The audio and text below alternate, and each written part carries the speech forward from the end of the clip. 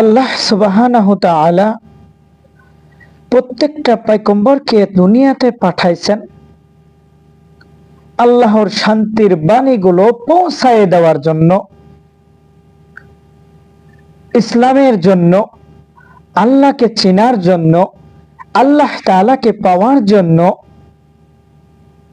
যেমন দেখেন, দাউদ আলাইহিস সালাতু ওয়াস সালামের জামানায় তার কথা যারা শুনে নাই তাদের কি অবস্থা হয়েছিল একটু চিন্তা করবেন। প্রত্যেকটা পয়গম্বরের কথা যারা মেনে নিয়েছে কেবলমাত্র তারাই কিন্তু কামিয়াবি হয়েছে, আর যারা পয়গম্বরদের কথা মানে নাই, তাদের বিরুদ্ধে চলছে, তারাই কিন্তু দুনিয়াতে কাফের হয়ে মৃত্যুবরণ করছে। কথা কি ক্লিয়ারলি বুঝতে পারছেন?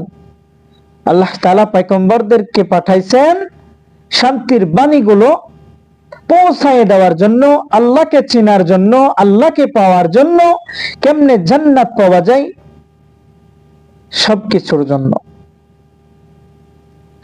আর যারাই পয়গম্বরের কথা শুনে নাই, যারা নবীদের কথা মানে নাই, তারাই কেবলমাত্র মুসিবতের ভিতরে পড়েছে।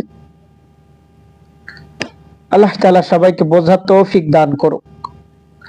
হ্যাঁ দোস্ত, তাহলে আমি কি বলতেছিলাম একটু আগে, সকল ক্ষেত্রে আমরা চেষ্টা করব আল্লাহ তাআলার ইবাদত করার। না জানি কখন মালাকুল মউত চলে আসে তোমার কাছে, আমার কাছে। ওই অন্ধকার কবরে চলে যাইতে হবে, সঙ্গের সাথী তোমার আমার কেউ যাবে না। অনন্তকালের জন্য তুমি চলে যাবা দুনিয়া ছেড়ে।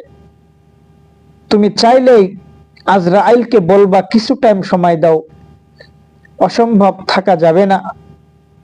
হায় দোস্ত হুজুর গো, আল্লাহকে ভয় করতে হবে এবং মুহাম্মদুর রাসূলুল্লাহ সাল্লাল্লাহু আলাইহি ওয়াসাল্লামের তরিকা অনুযায়ী জীবন যাপন করতে হবে।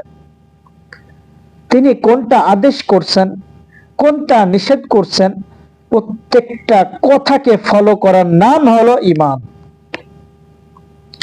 যার ভিতরে নবীজির আদর্শ নেই, যার ভিতরে নবীজির মহাব্বত নেই, সে কখনো নবীজির উম্মত হতে পারে না।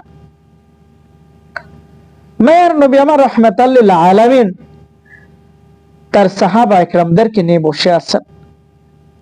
সাহাবা ইকরামদেরকে নিয়ে বসে আছেন। এক সাহাবী ডাক দিয়া বলে, ইয়া রাসূলুল্লাহ, ইয়া হাবিবাল্লাহ,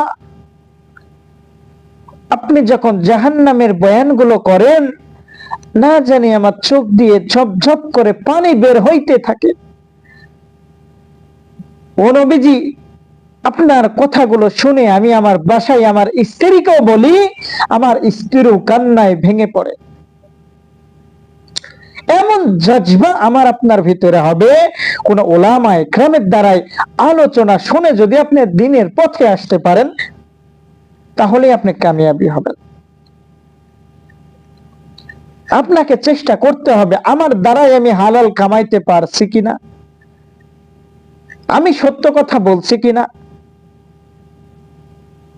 আমি আমার প্রতিবেশীর হক আদায় করছি কিনা, আমি আমার মা বাবার সঙ্গে ভালো আচরণ করছি কিনা, আমি আমার ছেলে সন্তানদেরকে কোরআন শিক্ষা করাচ্ছি কিনা, সুশিক্ষায় শিক্ষিত করাচ্ছি কিনা।